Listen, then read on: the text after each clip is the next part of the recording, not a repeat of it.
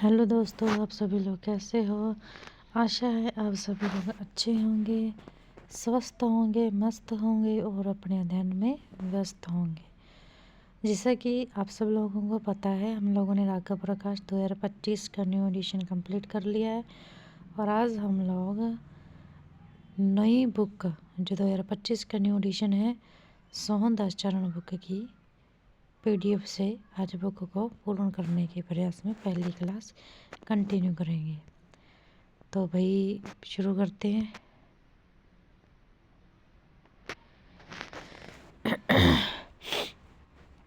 इस बुक में हम लोग क्या करेंगे कि सबसे पहले भाषा और व्याकरण, फिर संज्ञा, सर्वनाम, विशेषण, क्रिया, अवयव, विराम चिन्हों का प्रयोग, तत्सम तद्भव शब्द, संधि, समास, उपसर्ग, प्रत्यय, पर्यायवाची, विलोम शब्द, शब्द युग्म, वाक्यांश के लिए एक शब्द, समानार्थी शब्द, अनेकार्थ शब्द, संबंधवाची शब्द, प्रसर्ग जनित कारक है, विभक्ति चिन्ह है और लिंग, वचन, कालवृत्ति, पक्ष, वाच्य, प्रतीक, वाच्य रचना, शब्द शुद्धि, वाक्य शुद्धि, मुहावरे, लोकोक्तियाँ, पत्र लेखन, संप्रेक्षण, पत्र लेखन नहीं करेंगे, संप्रेक्षण शायद देख लेंगे, भाव विस्तार नहीं करेंगे, निबंध लेखन नहीं करेंगे भाई, और अलंकार, शब्द शक्ति, लेकिन पारिभाषिक शब्दावली करेंगे।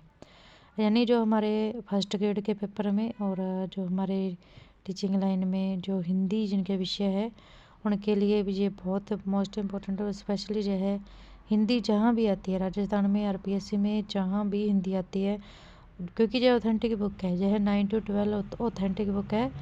और इसमें क्या है भी, यहाँ से एग्जाम्पल उठाता है एग्जामिनर, सीधा उठाता है। आप भले मतलब प्रीवियस ईयर पेपर देख लो, PYQ देख लो, सीधे एग्जाम्पल इसी में से उठाए मिल जाएंगे लाइन टू लाइन। तो ये बुक ऑथेंटिक है भाई, सभी पढ़ते हैं इसे। और आधार तैयार करने के लिए हिंदी का सबसे पहले इसी बुक को हाथ लगाया जाता है। और SI के लिए भी यह बुक मोस्ट इम्पोर्टेंट है। और स्पेशली यह बुक जो हमारे वनडे एग्ज़ाम है, जितने भी RSS भी जितने भी वनडे एग्ज़ाम कराते हैं सबके लिए मोस्ट इम्पोर्टेंट है। और RPSC भी जितने एग्ज़ाम्स में हिंदी आ रही है भाई, उठा लो, पेपर उठा लो भाई, आपको इससे एग्जाम्पल मिलेंगे, 100% मिलेंगे। तो हम आधार तैयार करने के लिए, बेस तैयार करने के लिए आज इस बुक को कंटिन्यू कर रहे हैं। और इसी क्लास में हम इसका पहला पार्ट आज शुरू करेंगे, वो है भाषा और व्याकरण। तो चलते हैं अभी आगे। न्यू एडिशन है, बिल्कुल न्यू एडिशन है। यह है जो ऊपर थंबनेल लगा हुआ ना, जो बुक उसमें दिखाएगी वही बुक है। तो पहला अध्याय हमारा भाषा और व्याकरण है। तो भाषा के कारण ही मनुष्य अन्य प्रजातियों से श्रेष्ठ माना जाता है। भाषा ही एकमात्र माध्यम है जिसके द्वारा एक मनुष्य दूसरे मनुष्य से, एक राज्य दूसरे राज्य से और एक देश दूसरे देश से जुड़ता है। इसमें कुछ नहीं, बस यही बताया गया है कि भाषा और व्याकरण क्या है। वैसे बेसिक तो हमें पता ही है, लेकिन एक बार पढ़ लेते हैं फॉर्मेलिटी के लिए। हमारे हृदय के भाव एवं मस्तिष्क के विचार हम भाषा के द्वारा ही दूसरे मनुष्यों के समक्ष प्रकट कर सकते हैं। अनेक विद्वानों का मत है कि यदि भाषा न होती तो मनुष्य का जीना दूभर हो जाता। भाषा के सहारे ही अपने दुख सुख दूसरों के समक्ष प्रकट कर सकते हैं। इतना ही नहीं, बुजुर्गों के अनुभवों का लाभ भी हम भाषा के माध्यम से उठा सकते हैं। केवल हंसने, रोने या चिल्लाने भर से मन के भाव एवं मस्तिष्क के विचार भली भांति व्यक्त नहीं किए जा सकते। भावों एवं विचारों का पूर्ण रूपेण खुलासा भाषा से ही संभव है। किसी जाति, समाज या देश ही नहीं, अपितु पूरे विश्व के विकास की आधारशिला भाषा ही है। मनुष्य के हृदय में महत्वपूर्ण नए नए भाव विचारादि का सर्जन भी भाषा में ही होता है और प्राकट्य भी भाषा से ही संभव होता है। किसी विषय पर विचार या चिंतन करते समय भी हम एक प्रकार से मानसिक संभाषण ही करते हैं और अंततोगत आगे चलकर वे ही विचार भाषा के रूप में प्रकट होते हैं। किसी ने ठीक ही कहा है कि भाषा की उन्नत या अवनत अवस्था राष्ट्रीय उन्नति या अवनति का प्रतिबिंब है। इतना ही नहीं, प्रत्येक नया शब्द एक नए विचार का चित्र होता है। यह भी सही है कि भाषा कभी स्थिर नहीं रहती, परिवर्तनशीलता उसका स्वाभाविक गुण है। भाषा का स्थान, जलवायु एवं सभ्यता संस्कृति का अत्यधिक प्रभाव पड़ता है। भाषा मनुष्य की भी पहचान है और उसकी परिवर्तनशीलता युग की पहचान कराती है। इसी परिवर्तनशीलता के कारण क्रमशः संस्कृत, पाली, प्राकृत एवं अपभ्रंश के स्थान पर आज देश में हिंदी आदि आधुनिक भारतीय आर्य भाषाएं प्रचलित हैं। हिंदी भाषा ही भारत की राजभाषा है। तो जो बेसिक पढ़ने के लिए सिर्फ जहाँ पर बताने वाली बातें होंगी मैं वो आपको बताते चली जाऊंगी। भाषा की रचना पर विचार करने से विदित होता है कि उनमें अलग अलग प्रकृति के शब्दों का प्रयोग हुआ है। यह भी पता चलता है कि अनेक शब्द दूसरे शब्दों से बनकर नए अर्थ देने लगते हैं। प्रत्येक भाषा में शब्दों का उपयोग एक विशेष क्रम में होता है, अतः शब्दों के सही क्रम, उनके शुद्ध रूप एवं उनके प्रयोग के नियमों का निरूपण करने वाला शास्त्र व्याकरण नाम से जाना जाता है। व्याकरण, इसका संधि विच्छेद क्या है भाई? वी प्लस आ प्लस करण, क्या बन गया? व्याकरण। शब्द का अर्थ भली भांति समझाना है। व्याकरण भाषा के अधीन रहता है और समय समय पर भाषा की प्रकृति के अनुसार बदलता रहता है। मोटे रूप में हमें भाषा के दो रूप मिलते हैं भाई, बोलचाल की भाषा का रूप और लिखित भाषा रूप। बोलचाल की भाषा की लघुता में कई ध्वनि मानी गई है और लिखित भाषा की लघुता में कई अक्षर मानी गई है। व्याकरण शास्त्र में इन सबकी चर्चा की जाती है। साथ ही उत्तरोत्तर अवस्थाओं यथा स्वर, व्यंजन, शब्द प्रयोग, वाक्य विन्यास आदि पर भी नियमानुसार प्रकाश डाला जाता है। वर्ण, शब्द एवं वाक्य के विचार से व्याकरण शास्त्र के 3 प्रमुख विभाग हैं। किस किस के अनुसार भाई? वर्ण के अनुसार, शब्द के अनुसार और वाक्य के अनुसार व्याकरण शास्त्र के कितने विभाग हैं? 3 विभाग हैं। वर्ण विचार, ठीक है, फिर वर्णों से मिलकर क्या बनेगा? शब्द, क्या आ जाएगा? शब्द साधन। फिर शब्दों से मिलकर क्या बनेगा? वाक्य, तो क्या आ जाएगा? वाक्य विन्यास।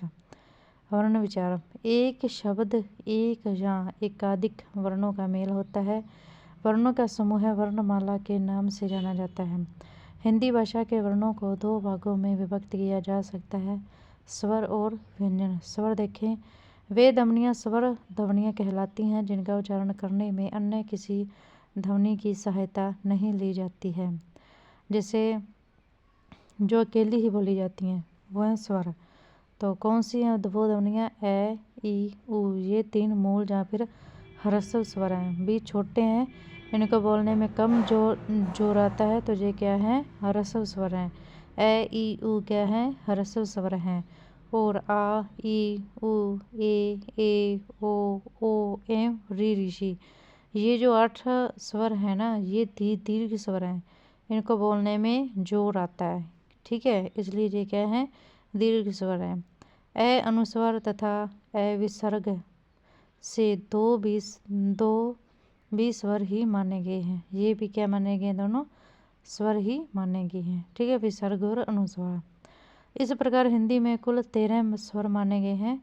स्वरों की मात्राएं इस प्रकार लगाई जाती हैं। देखो भी, ए कोई मात्रा नहीं, ए में कोई मात्रा नहीं होती, लेकिन आ में आ की मात्रा होती है। ई की, छोटी की मात्रा देख लो, फिर बड़ी की मात्रा, फिर छोटे ऊ की मात्रा और फिर बड़े ऊ की मात्रा, फिर ए की मात्रा, फिर बड़े ए की मात्रा, फिर ओ की मात्रा और फिर बड़े ओ की मात्रा, ऋषि की मात्रा, अनुस्वार की मात्रा और विसर्ग की मात्रा, ठीक है। ये सभी मात्राएं आप देख लीजिए, ध्यान रखना। फिर आगे व्यंजन के बारे में बताया जा रहा है। स्वरों की सहायता से बोली जाने वाली ध्वनियाँ, यानी स्वरों को अपने साथ मिलाकर जो ध्वनियाँ बोली जाती हैं, है ना, ध्वनियाँ व्यंजन ध्वनियाँ कहलाती हैं। व्यंजन ध्वनियों को 5 वर्गों एवं स्पर्श, अंतस्थ तथा उष्म व्यंजनों में बांटा गया है। 5 वर्गों में एवं स्पर्श में, अंतस्थ में तथा उष्ण व्यंजनों में बांटा गया है। पहले स्पर्श व्यंजन देख लो भाई। स्पर्श व्यंजन में आ जाएंगे, कै वर्ग में आएगा, क्योंकि टोटल कितने वर्ग है? 5 है ना। कै, च, ट, त, प तक कितने वर्ग हो गए? टोटल 5 वर्ग हो गए। अब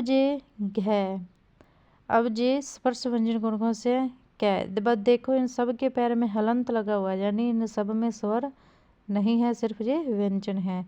तो कै, ख, ग, घ, ड, ये कै वर्ग में स्पर्श व्यंजन है। फिर च, छ, ज, न। जे च वर्ग में स्पर्श व्यंजन है। ट, ठ, ड, न। जे ट वर्ग में स्पर्श व्यंजन है। और त, थ, द, न। जे त वर्ग में स्पर्श व्यंजन है। और प, फ, ब, म। जे प वर्ग में स्पर्श व्यंजन है। अब ऐसे बोलकर मैंने आपको क्यों बताया, क्योंकि इन व्यंजनों में स्वर नहीं है। वैसे जो स्वर जो व्यंजन होते हैं ना, जो स्वरों के साथ मिलकर बनते हैं, लेंगे जहाँ पर सभी के पैर में हलंत लगा हुआ, मतलब इनमें से स्वरों को निकाल दिया, जो सिर्फ व्यंजन है।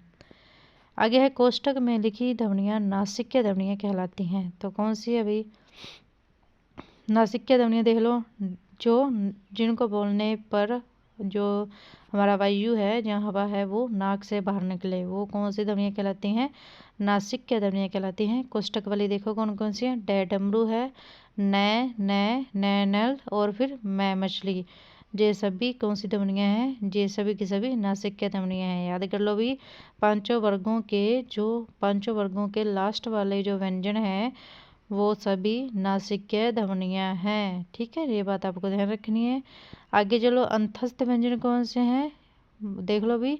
ये र ल व, इससे आप यार लव एक ट्रिक से याद रख सकते हो। ठीक है, ये अंतस्थ व्यंजन है, जो अंदर, जिनको बोलने में जो अंदर से निकलते हैं, यानी हमारे काव होता है ना, काव से भी पीछे से मतलब ध्वनि निकल कर आती है ये र ल व में। ठीक है, तो ये क्या हो गया, इसकी ट्रिक है यार लव। इस ट्रिक से आप इसे याद कर सकते हैं। और ये र ल व ये चारों क्या है, अंतस्थ व्यंजन है। फिर आ जाएंगे उष्ण व्यंजन। तो देखो कौन से अभी, छ, स है, ये उष्ण व्यंजन है, जिनको बोलने पर हवा जोर से बाहर निकलती है। श, स है। ठीक है, कौन से व्यंजन हो गए, उष्ण व्यंजन हो गए। श शलगम, श षटकोण, स सलेली, स सलेटी, या फिर है हवाई जहाज। ये क्या है, उष्ण व्यंजन है सारे के सारे। नेक्स्ट आ जाएंगे हमारे उक्त व्यंजन ध्वनियों के अतिरिक्त हिंदी में 3 संयुक्त व्यंजन भी हैं, जो इस प्रकार हैं। जैसे छ, अब छ का संधि विच्छेद करो भाई, तो कै पैर में हलंत प्लस छ पैर में हलंत, कछ। क्या बोलेंगे इसे, कछ। फिर त्रै, तै प्लस र, त्रै। फिर गे प्लस न, क्या बन जाएगा, गे। ये हमारी तीनों क्या है, ये संयुक्त व्यंजन है। एक संयुक्त व्यंजन और होता है, वो आपको आगे बता दिया जाएगा। ठीक है, तो संयुक्त व्यंजन याद कर लेना भाई। फिर आ जाएगा हमारा कुल मिलाकर 36 व्यंजन ध्वनियाँ हैं। हमने स्वर कितने पढ़े थे, टोटल 13। और व्यंजन कितने पढ़ रहे हैं, टोटल 36। इस प्रकार 13 स्वर और 36 व्यंजन, कुल 49 ध्वनियाँ हैं। ठीक है, विशेष कुछ एक व्याकरण केवल 11 स्वर में 33 व्यंजन ही मानते हैं। वर्णों के उच्चारण स्थान, अब कौन से व्यंजन बोलने में या फिर कौन से स्वर बोलने में हवा कहाँ से बाहर आती है, या फिर दांतों का संचालन कैसे होता है, जीभ की गति कैसे होती है, होठों का मिलन कैसे होता है जब हम ध्वनियों व्यंजनों स्वरों को बोलते हैं, और कंठ का यूज़ कैसे होता है, ये सब यहाँ पर बताया जा रहा है। जैसे कि अब देखो, ए, आ, कै वर्ग, पूरा कै वर्ग और विसर्ग, इन सब को बोलने में जो हमारी ध्वनि हवा उत्पन्न होती है या फिर वायु बाहर निकलती है, वहाँ से वो कंठ कोमल तालु से बाहर निकलती है। जे कंठ व्यंजन है, ए, आ, कै, ख, गे, न, कै, ख, गे, ढ और विसर्ग, इन सब को बोलने के लिए हमारा कंठ और तालु ऊपर नीचे होते हैं, जिससे इन ध्वनियों का और इन व्यंजनों का उच्चारण होता है। और इसे हम अंत में क्या बोलेंगे, कंठ व्यंजन। लेकिन स्पेशली इसमें कंठ और तालु, कोमल तालु दोनों का यूज़ होता है ध्वनियाँ उत्पन्न करने में। फिर वो ध्वनियाँ जो तालु से बोली जाती हैं, वो तालव्य ध्वनियाँ कहलाती हैं। और ये तालव्य ध्वनियाँ कौन कौन सी हैं, देखो भी सेकंड, ई च वर्ग पूरा, यानी च, छ, ज, झ, न और य और छ। ठीक है, ई च, छ, ज, झ, न, य, छ। ये सभी ध्वनियाँ और व्यंजन बोलने में स्वर और व्यंजन बोलने में हमारा तालु इस्तेमाल होता है, इसलिए इन ध्वनियों को तालव्य ध्वनियाँ बोलते हैं। फिर आ जाएगी मूर्धन या फिर मूर्धन्य। वो ध्वनि और व्यंजन कौन से हैं अभी वो देखो, री ऋषि, टे टमाटर पूरा वर्ग, टे ठे डे ढे न, तो जे टे पूरा वर्ग हो गया और यह छ।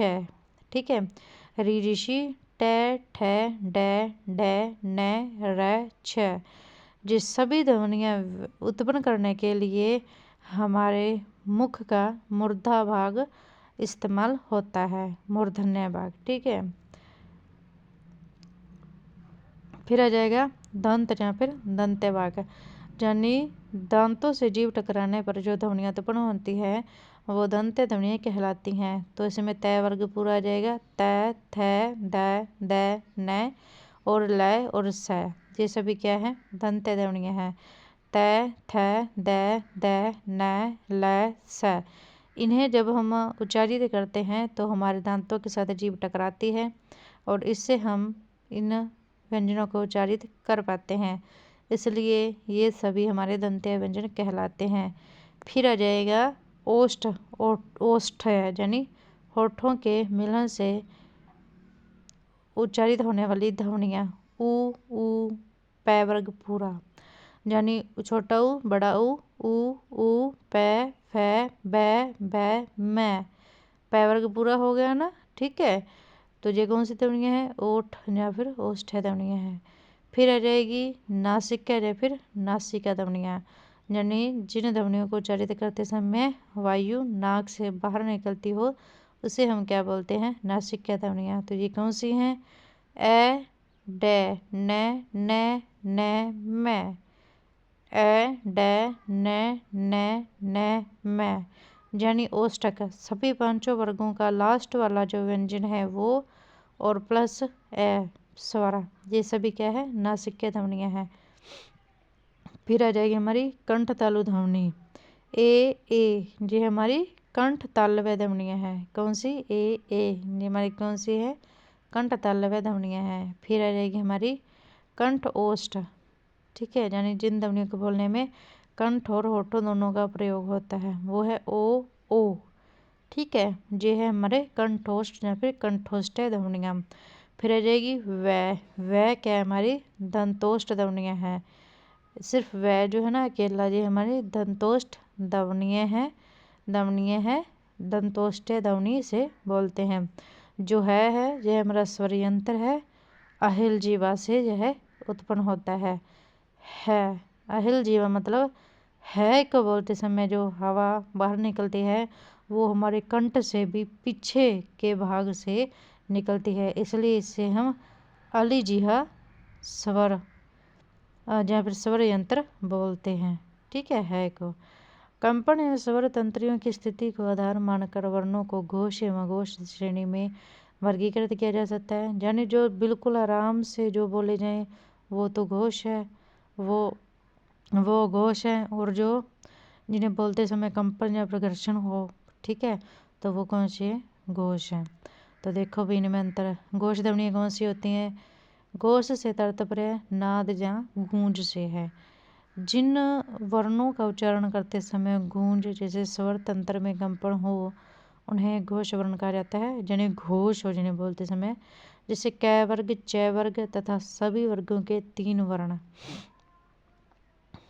ठीक है, पहले तो कै वर्ग पूरा आ जाएगा, फिर च वर्ग पूरा आ जाएगा और फिर सभी वर्गों के जो पहले वाले 3 वर्ण है ना उन्हें बोलते समय हमारे मुख में गूंज या फिर कंपन उत्पन्न होता है, इसलिए इसे घोष व्यंजन कहते हैं। तो देखो भी कै ख ग ग ड, ठीक है, च छ ज ज न, फिर जो तीनों बचे ट ठ ड पै फै बै और एक और जो व्यंजन बचा तै थ द, इन सभी व्यंजनों को क्या बोलते हैं, घोष व्यंजन बोलते हैं। यानी कै वर्ग पूरा च वर्ग पूरा प्लस बाकी बचे तीनों वर्गों के प्रथम 3 व्यंजन कौन से स्वर कहलाते हैं या व्यंजन कहलाते हैं? घोष व्यंजन कहलाते हैं। फिर आ जाएगा हमारा अघोष व्यंजन कौन से हैं? तो ऐसे वर्ण जिनके उच्चारण में प्राण वायु में कंपन न हो वे अघोष वर्ण कहलाते हैं। सभी वर्गों के पहले दूसरे वर्ण कै, ख, च, छ, छ, स आदि सभी अघोष व्यंजन हैं, क्योंकि इन्हें बोलते समय क्या होता है?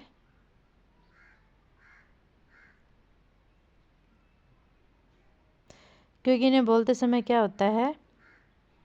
हमारे कंपन उत्पन्न नहीं होता। और घोष व्यंजन में क्या होता है? कै वर्ग, च वर्ग तथा सभी वर्गों के 3 वर्ण जो है ना, जैसे ग, घ, ड, ज, झ, न आदि तथा य, र, ल, व, है, ये तो थे घोष व्यंजन, यानी गूंज उत्पन्न होती थी। ठीक है। लेकिन जो ये अघोष व्यंजन है, जहाँ पर पहले दूसरे वर्ण सभी वर्गों के जो पहले दूसरे वर्ण है ना, कै, ख, च, छ, स आदि सभी वर्ण अघोष व्यंजन है, यानी कंपन नहीं होता। कै, ख, छ। अब आप इसे प्रैक्टिकल रूप में देखना चाहो तो बोल कर देखो, है ना। फिर आगे आ जाएगा अल्प प्राण। अब देखो जो घोष व्यंजन है ना, उसमें जो लास्ट लाइन लिखी हुई है उसमें कै वर्ग पूरा बता दिया, फिर च वर्ग पूरा बता दिया, और फिर सभी वर्गों के 3 वर्ण बता दिए पीछे वाले। ठीक है, वो तो क्या है? घोष है। लेकिन इधर जो है ना घोष, जे सभी वर्गों के जो पहले 1 2 1 2 1 2 है ना व्यंजन, सभी वर्गों के वो है घोष व्यंजन। तो ये बात ध्यान रखना भाई। ठीक है, आगे चलो। अल्प प्राण क्या होते हैं? जब वर्णों के उच्चारण में श्वास वायु कम मात्रा में मुख विवर से बाहर निकले तो वे वर्ण अल्प प्राण कहे जाते हैं।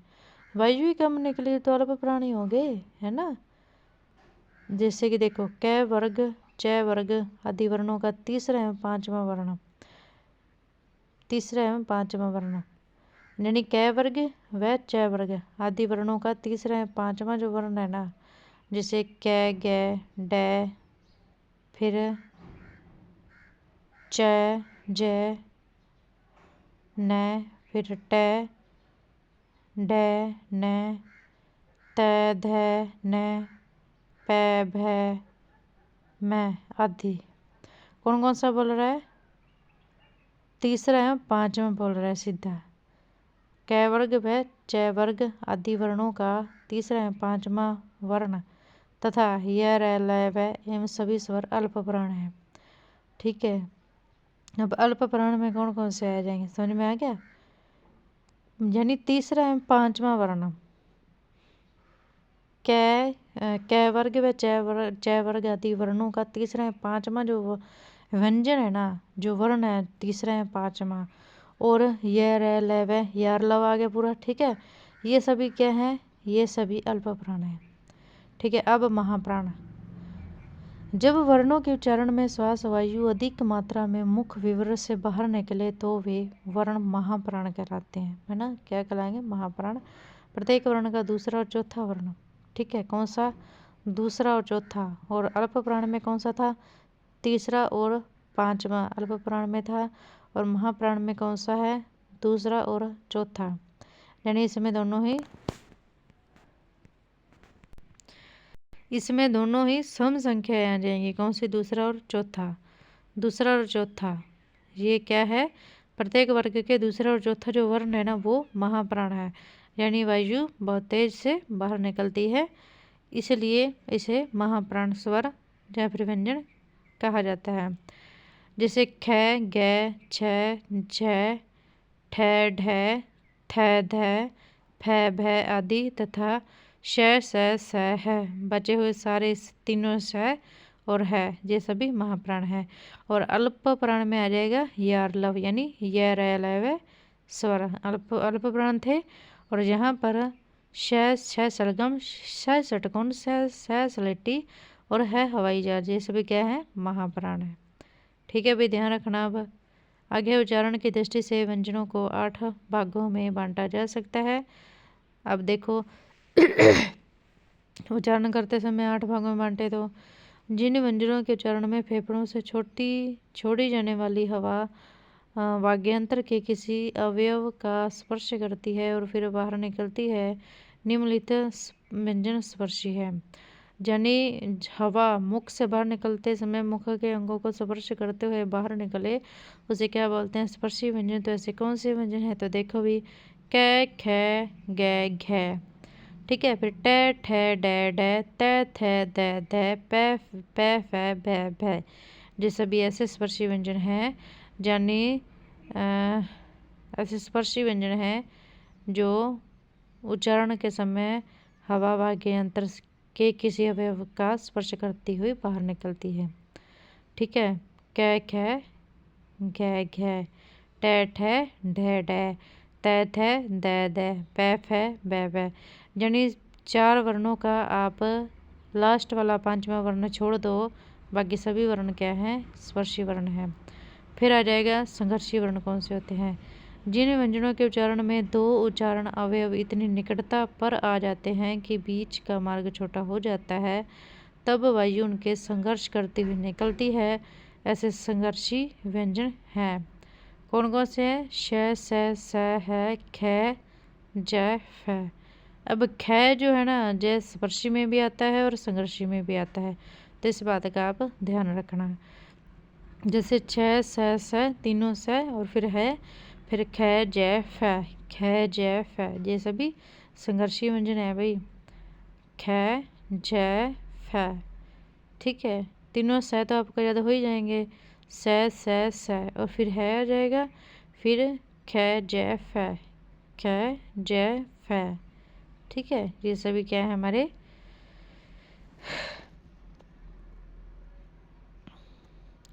ये सभी क्या है हमारे संघर्षी व्यंजन है। यानी जो पहले वर्ग जो है उसका सेकंड वर्ण और च, छ, ज तीसरा वर्ण, प, फ सेकंड वर्ण, ये सभी क्या है? संघर्षी व्यंजन है। इनको बोलने में भाई जोर आता है और अच्छा खासा आता है जोर, इसलिए इसे संघर्षी व्यंजन बोलते हैं। याद कर लेना आप लोग। श, स, है, ख, ज, फ। ये सभी संघर्षी व्यंजन है। स, है, ख, ज, फ। आगे स्पर्श संघर्षी कौन से होते हैं? जो स्पर्श भी हो संघर्षी भी हो, वो कौन से होते हैं? जिन व्यंजनों के उच्चारण में स्पर्श का समय अपेक्षाकृत अधिक होता है और उच्चारण के बाद वाला भाग संघर्षी हो जाता है, वे स्पर्श संघर्षी कहलाते हैं। जैसे च, छ, ज, झ। ठीक है। च, छ, ज, झ। यानी जो च वर्ग के जो 3 है ना, जो 4 वर्ण है, वही है हमारे स्पर्श संघर्षी। च, छ, ज, झ। च, छ, ज, झ स्पर्श संघर्षी हैं। क्या है भाई? स्पर्श संघर्षी हैं। च, छ, ज, झ।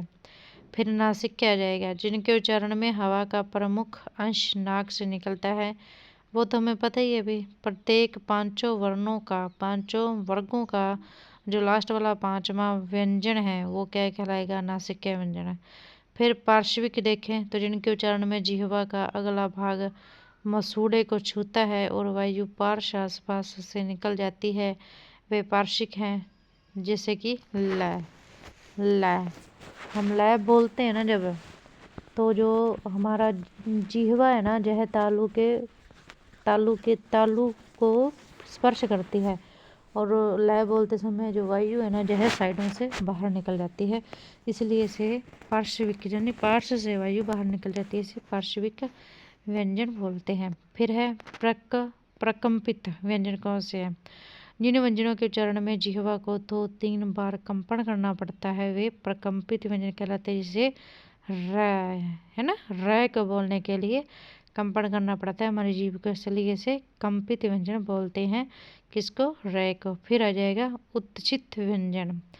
जिनके उच्चारण में जिह्वा की नोक झटके से नीचे गिरती है, तो वह उत्थित यानी फेंका हुआ ध्वनि कहलाती है। जैसे ढ, ढ उत्क्षिप्त ध्वनियाँ हैं। कौन सी? ढ, ढ। कौन सी भाई? ढ, ढ क्या है? हमारी उत्क्षिप्त ध्वनियाँ हैं। ठीक है। ढ, ढ कौन सी हैं? उत्क्षिप्त ध्वनियाँ, याद रखना, डै डमरू, डै ढक्कन।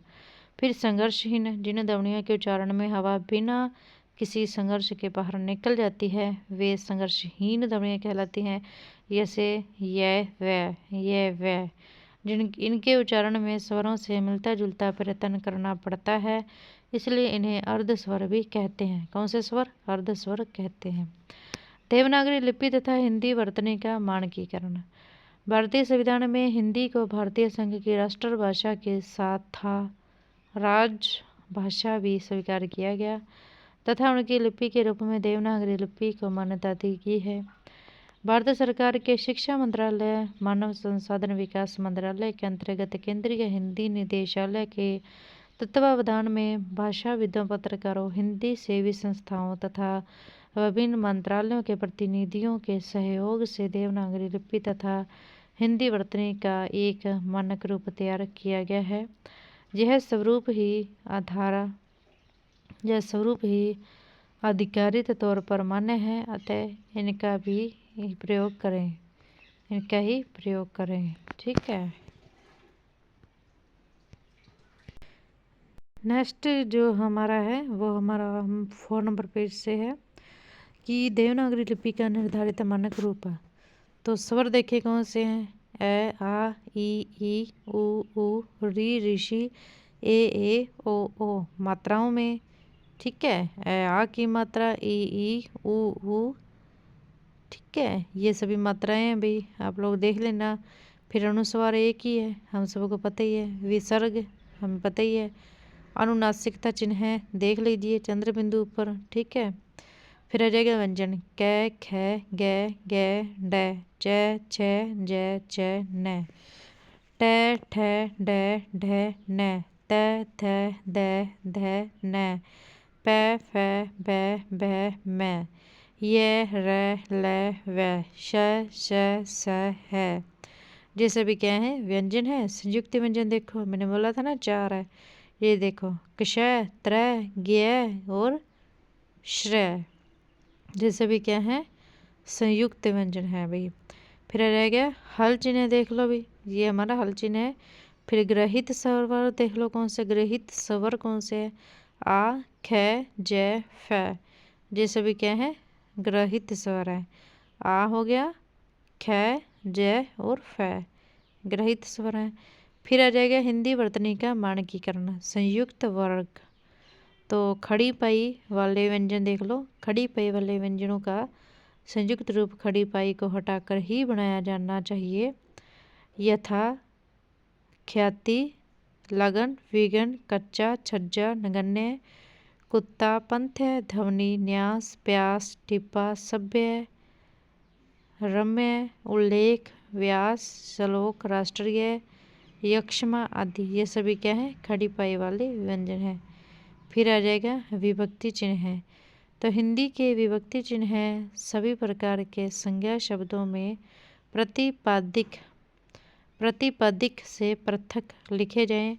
जैसे राम ने राम को राम से आदि तथा स्त्री ने स्त्री को स्त्री से आदि। सर्वनाम शब्दों में ये चिन्ह प्रातिपदिक के साथ मिलाकर लिखे जाएं। जैसे उनसे, उसको, उससे। सर्वनाम के साथ यदि 2 विभक्ति चिन्ह हो तो उनमें से पहला मिलाकर और दूसरा पृथक लिखा जाए, जैसे उनके लिए, इनमें से। फिर क्रियापद, संयुक्त क्रियापदों में सभी अंगीभूत क्रियाएं पृथक पृथक लिखी जाएं। जैसे पढ़ा करता है, बढ़ते चले रहे हैं, आ सकता है, खाया करता है, करेगा, घूमता रहेगा आदि।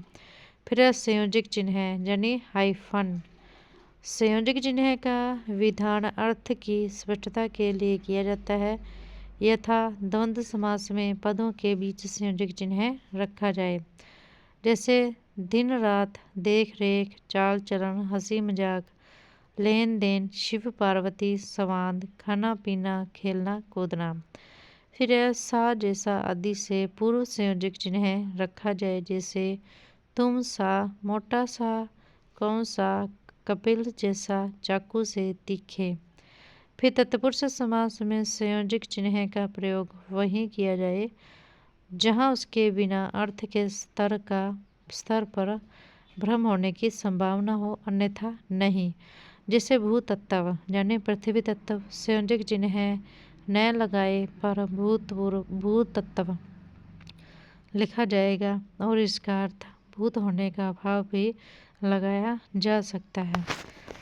सामान्यतः तत्पुरुष समास में संयोजक चिन्ह लगाने की आवश्यकता नहीं है, अतः शब्दों को मिलाकर ही लिखा जाए। जैसे राम राज्य, राजकुमार, गंगा जल, ग्रामवासी, आत्महत्या आदि। किंतु ए नख बिना नख का, ए नति नम्रता का अभाव, ए परस यानी जिसे किसी ने छुआ हो आदि शब्दों में संयोजक चिन्ह लगाया जाना चाहिए, अन्यथा अनख, अनति, अपरस शब्द बन जाएंगे। आगे है अवयव विसर्ग, अवयव विकारी शब्द। तक, साथ आदि अवयव सदा पृथक लिखे जाएं। जैसे आपको, आपके साथ, जहाँ तक। ठीक है। फिर आ जाएगा अन्य नियम। अंग्रेजी के जिन शब्दों में अर्ध विवृत आ ध्वनि का प्रयोग होता है उनके शुद्ध रूप का हिंदी में प्रयोग अभिष्ट होने पर आ की मात्रा के ऊपर अर्धचंद्र का प्रयोग किया जाए। जिसे कॉलेज, डॉक्टर, कोऑपरेटिव आदि।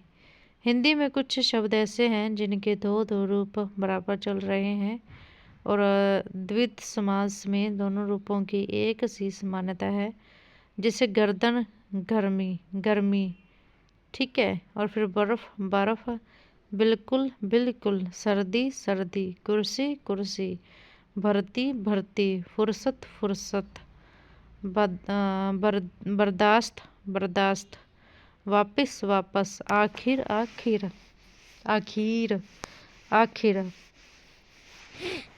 बर्तन, दोबारा, दुकान आदि। आगे पूर्वकालिक प्रत्यय। जिन्हें पूर्वकालिक प्रत्यय कर क्रिया से मिलाकर लिखा जाए। जैसे मिलाकर, खा पीकर, पढ़कर, सिरोरेखा का प्रयोग प्रचलित रहेगा। पूर्व विराम को छोड़कर शेष विराम आदि चिन्ह वहीं ग्रहण कर लिए जाए तो अंग्रेजी में प्रचलित है, जैसे जे वाले। ठीक है। फिर पूर्व विराम के लिए खड़ी पाई का प्रयोग किया जाए और अंग्रेजी, हिंदी अनुवाद कार्य तथा अन्य प्रशासनिक साहित्य में विषय के विभाजन, उपविभाजन तथा उप अवतरणों का क्रमांकन करते समय अंग्रेजी के ABC तथा ABC के स्थान पर सर्वत्र कै, ख, गै का प्रयोग किया जाए। ए, बै, से अथवा ए, आ, ई आदि का नहीं। आवश्यकतानुसार 1, 2, 3 अथवा रोमन फर्स्ट, सेकंड, थर्ड का प्रयोग किया जा सकता है।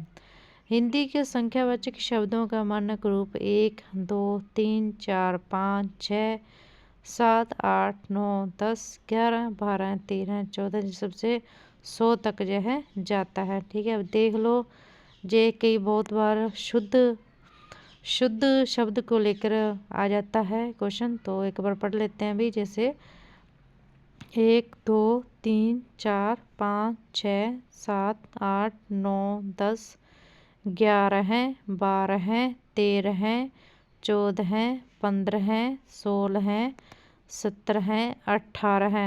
पहले ए, फिर टे, फिर ठा, रह। 18, 19, 20, 21, 22, 23, 24, 25, 26, 27, 28, 29, 30। ठीक है। 29, 30, 31, 32, 33, 34, 35, 37, 37, 38, 39, 40, 41, 42, 43, 44, 45, 46, 47, 48, 49, 50, 51, 52, 53, 54, 55, 56। यहाँ से दोबारा देखिए 53, 54, 55, 56, 57, 58, 59, 60, 61, 62, 63, 64, 65, 66, 67, 68, 69, 70, 71, 72, 73, 74, 75, 75, 76, 77, 78, 78, 79, 80, 81, 82, 83, 84, 85, 86, 87, 88, 89, 90, 91, 92, 93, 94, 95, 96, 97, 98, 99, 100। ठीक है, ये क्वेश्चन आता है शुद्ध शब्द को लेकर भी इनमें से कौन सा शुद्ध है। तो हम लोग तो अशुद्ध ही बोलते हैं, हम लोगों को पता ही, यदि इतने शुद्ध बोलते होते तो हम लोगों को आज व्याकरण पढ़ने की इतनी बड़ी किताबें पढ़ने की ज़रूरत ही क्या होती है। हम तो बिना पढ़े ही क्वेश्चन सही कराते हैं। तो पढ़ने की ज़रूरत इसलिए है क्योंकि हम लोगों ने अपनी ही अलग हिंदी बना रखी है जो कि शुद्ध नहीं है, इसलिए हमें शुद्ध हिंदी पढ़नी पड़ रही है। और शुद्ध हिंदी में किस वर्ड को कैसे लिखा जाता है यह यहाँ पर इस किताब में बताया गया है, जो कि हमें अच्छे से याद करना है। फिर भाषा किसे कहते हैं। ठीक है, ये क्वेश्चन आए हुए हैं अभी, बढ़िया अभी क्वेश्चन बढ़िया लेवल के हैं, जिससे हम यदि लिखने बैठ जाएं तो ये ऊपर वाला पूरा चैप्टर हम इसमें कवर। तो पहला जो हमारा चैप्टर है वो हम लोगों ने कंप्लीट कर लिया है। अब हम सेकंड चैप्टर शुरू करेंगे, वो है हमारा संज्ञा। तो भाई संज्ञा शुरू करेंगे। विभिन्न शब्दकोशों में बताया गया है कि संज्ञा शब्द का अर्थ है नाम। वस्तुत संज्ञा शब्द एक विकारी शब्द है। कुछ विद्वान नाम शब्द को संज्ञा का पर्यायवाची मानते हैं। हिंदी व्याकरणों में संज्ञा के संबंध में इस प्रकार विचार व्यक्त किए गए हैं। जैसे संज्ञा पदार्थ के नाम को कहते हैं भाषा तत्व बोधनी, जैसे पै जनि पंडित रामजसन। फिर संज्ञा वस्तु के नाम को कहते हैं भाषा भास्कर। सेकंड पॉइंट है हमारा कि संज्ञा वस्तु के नाम को कहते हैं भाषा भास्कर। पादरी एथरिंगटन। पदार्थ मात्र को संज्ञा कहते हैं, जैसे भाषा तत्व दीपिका पंडित हरिगोपाल पाध्ये। फिर है वस्तु के नाम मात्र को संज्ञा कहते हैं हिंदी व्याकरण। पंडित केशवराम भट्ट इन सब ने कहे हैं ये वाले वर्ड। तो संज्ञा शब्द का उपयोग वस्तु के लिए नहीं होता अपितु वस्तु के नाम के लिए होता है, जय कहा है कामता प्रसाद गुरु जी ने। फिर आ जाएगा कामता प्रसाद गुरु के अनुसार संज्ञा दो प्रकार की होती है, पदार्थवाचक और भाववाचक। आपने आगे पदार्थवाचक संज्ञा के दो और भेद किए हैं, व्यक्तिवाचक और जातिवाचक। ठीक है, पहले संज्ञा को दो भागों में बांटा है, पदार्थवाचक और भाववाचक, और फिर पदार्थवाचक को दो भागों में बांटा है, व्यक्तिवाचक और जातिवाचक। तो अतः कहा जा सकता है कि संज्ञा वह विकारी शब्द है जिससे सृष्टि के किसी प्रकृत या फिर वास्तविक यथार्थ एवं कल्पित मनगढ़ंत पदार्थ का नाम सूचित होता है। जैसे भारत घर बल जोधपुर गाय बुढ़ापा सेना मनुष्य वीरता मोह संग आदि। अनेक व्याकरणाचार्यों ने मोटे रूप से संज्ञा के निम्न तीन भेद माने हैं, व्यक्तिवाचक संज्ञा, जातिवाचक संज्ञा और भाववाचक संज्ञा। उक्त वर्गीकरण के अतिरिक्त कुछ विद्वान दो भेद भी मानते हैं, समूहवाचक संज्ञा और द्रव्यवाचक संज्ञा। तो कुछ ने सिर्फ दो ही भेद माने हैं, एक तो माने हैं समूहवाचक और दूसरा माना है हमारे द्रव्यवाचक। कुछ ने व्याकरण उक्त उदाहरण दोनों प्रकारों समूहवाचक तथा द्रव्यवाचक को जातिवाचक संज्ञा के अंतर्गत ही परिणत करते हैं। आगे के पृष्ठों में इन पर विचार किया जा रहा है। व्यक्तिवाचक संज्ञा कौन सी होती है? देखो भाई, व्यक्तिवाचक संज्ञा शब्दों से किसी विशेष व्यक्ति, प्राणी, स्थान या पदार्थ का बोध होता है। यथा उत्कर्ष, महाभारत, कोटा। ये क्या है? व्यक्तिवाचक संज्ञा है। ये सिर्फ एक ही है, विशेष है, ठीक है। और किसी व्यक्ति का नाम भी हो सकता है, ठीक है। भाव भी हो सकता है, स्थान का नाम हो सकता है, पदार्थ का नाम हो सकता है, प्राणी का नाम हो सकता है। फिर है व्यक्तिवाचक संज्ञाएं प्राय अर्थहीन होती हैं, अर्थ नहीं होता इनका कोई भाई। व्यक्तिवाचक संज्ञा शब्द से केवल एक ही व्यक्ति का बोध होता है।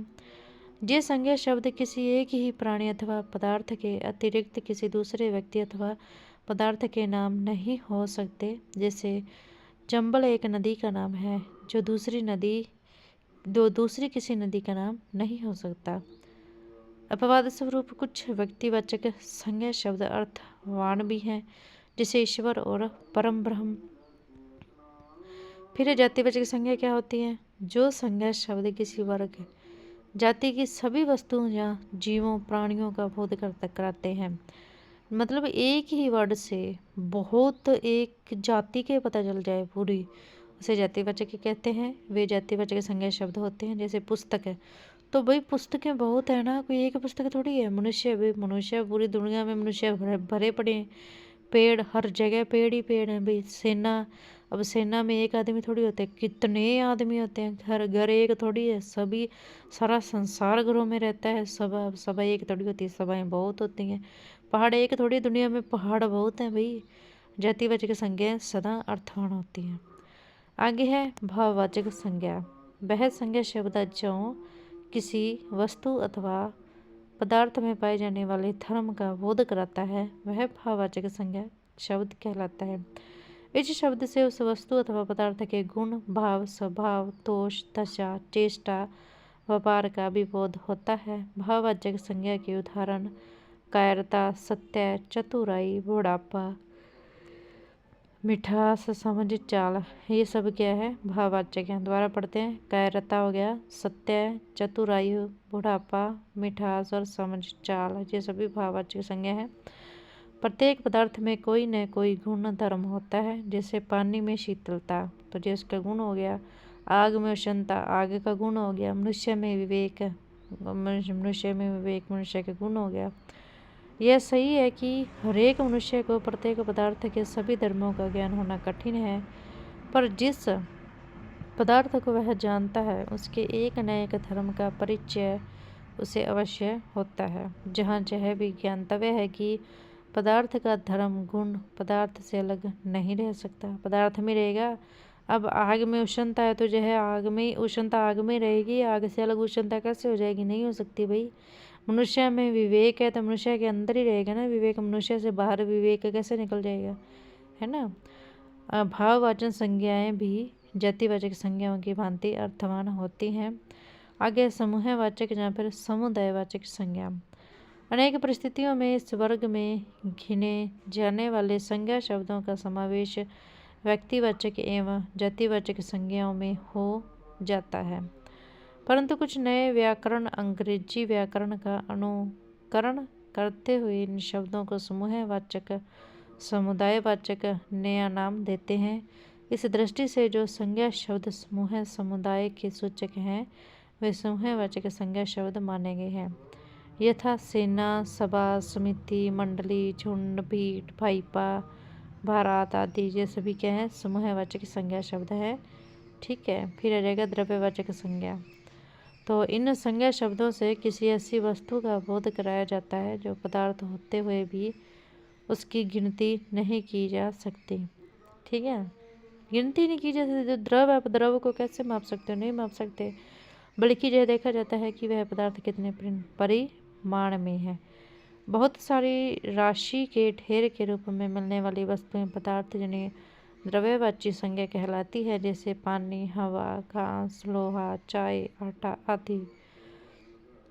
आगे है अपवाद स्वरूप कुछ शब्द ऐसे भी हैं जिन्हें द्रव्यवाचक तथा जातिवाचक संज्ञा दोनों में रखा जा सकता है, यथा पानी, पत्थर, संगमरमर।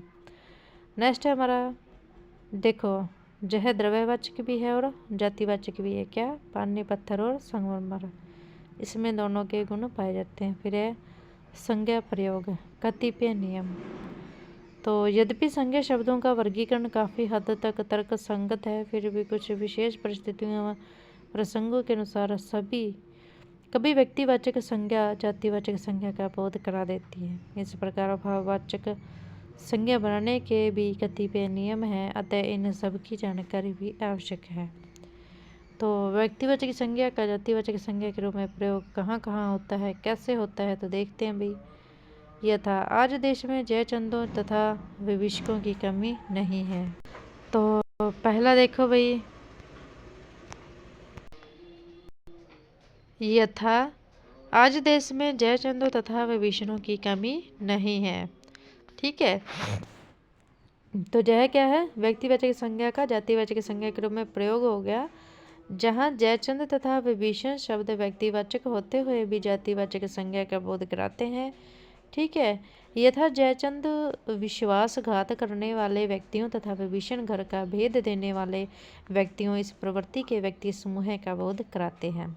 आगे जातिवाचक संज्ञा का व्यक्तिवाचक संज्ञा के रूप में प्रयोग भी होता है, तो देखें कैसे होता है।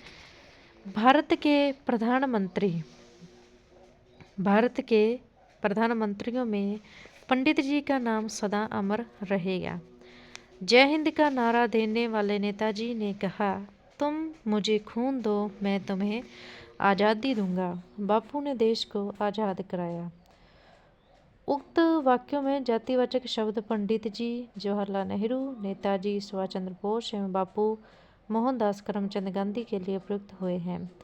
सामान्यतः जातिवाचक संज्ञाएं एक वचन तथा बहुवचन या इन दोनों में प्रयुक्त होती हैं, जबकि व्यक्तिवाचक एवं भाववाचक संज्ञाएं प्राय एक वचन में ही प्रयुक्त की जाती हैं। व्यक्तिवाचक संज्ञा में एक वचन के स्थान पर बहुवचन का प्रयोग समानार्थ किया जाता है। यथा श्री राम मर्यादा पुरुषोत्तम थे। केसरी सिंह बारठ महान क्रांतिकारी थे। कुछ योग रूढ़ शब्द जो मूलतः जातिवाचक संज्ञा के सूचक हैं, परंतु परंपरागत रूढ़ियों के अनुसार उनका प्रयोग व्यक्तिवाचक संज्ञाओं के रूप में होने लगा था। यथा गणेश, वृकोदर, गोपाल, लंबोदर। अनेक बार मुख्य नाम के स्थान पर उपनाम का प्रयोग भी व्यक्तिवाचक संज्ञा के रूप में होता है। यथा लोकनायक जयप्रकाश नारायण और गुरुदेव यानी रविंद्रनाथ ठाकुर। कभी कभी भाववाचक संज्ञा का प्रयोग जब जातिवाचक संज्ञा के समान होता है, यथा उसके आगे सब रूपवती स्त्रियां निरादर हैं। शंकुतला यथा यानी राजा लक्ष्मण सिंह। उस वाक्य में निरादर शब्द से निरादर योग्य स्त्री का बोध होता है। आगे है भाववाचक संज्ञा का जातिवाचक संज्ञा में प्रयोग कैसे होता है, देखा एग्जाम्पल। यथा जे सब अच्छे पहरावे हैं, सरस्वती पंडित महावीर प्रसाद द्विवेदी। उक्त वाक्य में पहरावे का अर्थ पहनने के वस्त्र हैं और सच्ची प्रार्थनाएं कभी व्यर्थ नहीं जाती। आगे भाववाचक संज्ञा संबंधी ज्ञातव्य नियम। भाषा के कुछ एक शब्द अपने कुल रूप में ही भाववाचक संज्ञा शब्द होते हैं। यथा सत्य, समा, सुख और सुख पर कुछ शब्दों को भाववाचक संज्ञा शब्द बनाने हेतु या तो उनमें कुछ घटाना बढ़ाना पड़ता है या फिर उनमें कुछ परिवर्तन करना पड़ता है। यथा वीर से वीरता, कैर से कैरता। आगे भाववाचक संज्ञाएं प्राय 3 प्रकार के शब्दों से बनती हैं। क्रिया शब्दों में यथा काटना से काट, चलना से चाल, दौड़ना से दौड़। और जातिवाचक संज्ञा से यथा मनुष्य से मनुष्यता और मनुष्यत्व, और बाल से बालपन, दास से दासत्व, ये होगी जातिवाचक। और विशेषण से देखें तो यथा महा से महिमा, कड़वा से कड़वाहट, बड़ा से बड़ाई, सुंदर से सुंदरता। आगे है हमारा सर्वनाम से भी भाववाचक संज्ञा बनने के कुछ उदाहरण मिलते हैं। यथा मम से ममता, अपना से अपनापन, और कुछ प्रत्यय ऐसे होते हैं जिनके लगने से भाववाचक संज्ञा शब्दों की निर्मित होती है। ये शब्द व्यक्तिवाचक संज्ञा, जातिवाचक संज्ञा, सर्वनाम, विशेषण, क्रिया आदि कुछ भी हो सकते हैं। इन प्रयत्नों की सूची इस प्रकार है। ए शिशु, शैशव, शैशव, लघु, लाघव। आपा में देखिए तो बूढ़ा, बुढ़ापा, ठीक है। फिर मोटा, मोटापा, यानी आपा इसमें प्रत्यय लगा दो तो बूढ़ा से बुढ़ापा हो गया, मोटा मोटा से मोटापा हो गया। आई प्रत्यय से देखे तरुण से तरुणाई, अच्छा से अच्छाई, भला से भलाई, चटना से चटाई। आस प्रत्यय से देखो खट्टा से खटास, मीठा से मिठास। आन प्रत्यय से थकना से थकान। और आहट प्रत्यय से घबराना से घबराहट, छटपटाना से छटपटाहट। और इमा प्रत्यय से देखो अरुण से अरुणिमा, और काला से कालीनिमा। और ई प्रत्यय से देखो तो कंजूस से कंजूसी। और इरियता प्रत्यय से देखो राष्ट्र से राष्ट्रीयता, और भारत से भारीयता। और तत्व प्रत्यय से देखो देव से देवतव, निज से निजतव, वीर से वीरतव, और शिव से शिवतव। फिर ता प्रत्यय से देखो मूर्ख से मूर्खता। यह प्रत्यय से देखो मधुर से माधुर्य।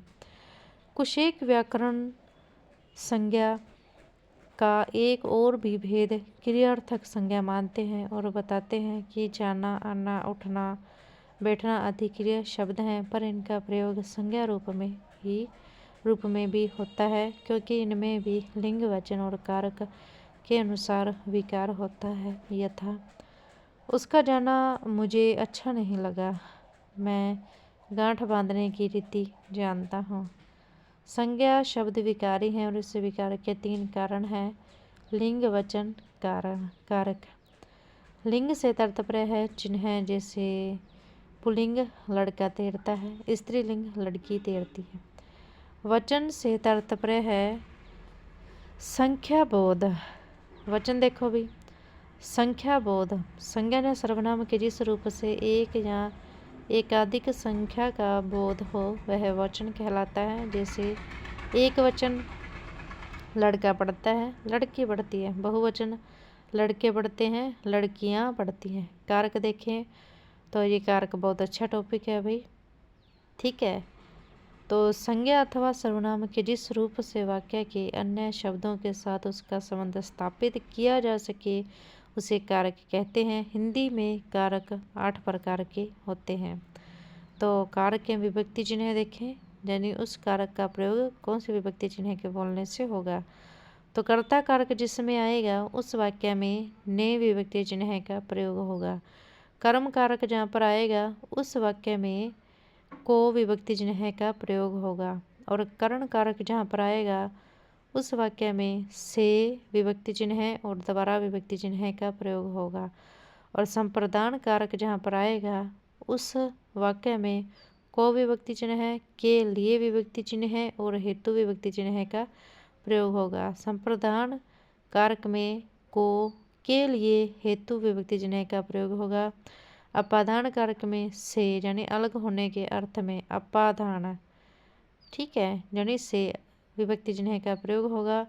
और संबंध कारक में का, के, की, ना, ने, नी, रा, रे, री विभक्ति चिन्ह का प्रयोग होगा। किसका? का, के, की और ना, ने, नी और रा, रे, री विभक्ति चिन्ह का प्रयोग होगा। और संप्रदान में को, के और को विभक्ति चिन्ह का प्रयोग होगा। और संबंध कारक में का विभक्ति चिन्ह का प्रयोग होगा, को विभक्ति चिन्ह का प्रयोग नहीं होगा। फिर अधिकरण कारक में पर, विषय में कारक चिन्ह का प्रयोग होगा, ठीक है। देख लो कोई भी जो चिन्ह विभक्ति चिन्ह है ना वो सेम नहीं है, तो याद रखने में हमें सहायता मिलेगी। तो अधिकरण जो कारक है उसमें क्या होगा कि में, पर और विषय में विभक्ति चिन्ह का प्रयोग होगा।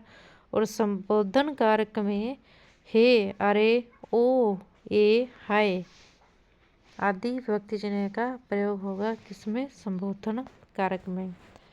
अब देखो कर्ता कारक है, कर्ता कारक में हमने देखा ना ने विभक्ति चिन्ह का प्रयोग होगा, है ना। तो कर्ता जो कारक है यहाँ से हम शुरू करेंगे। ये मोस्ट इंपॉर्टेंट है, एसआई में इसका क्वेश्चन छपता है। PYQ उठाकर देख लो, क्वेश्चन छपे पड़े हैं, यहाँ से क्वेश्चन आएगा, ये कन्फर्म है। तो भाई ये जो कारक है बहुत अच्छे से करने पड़ेंगे।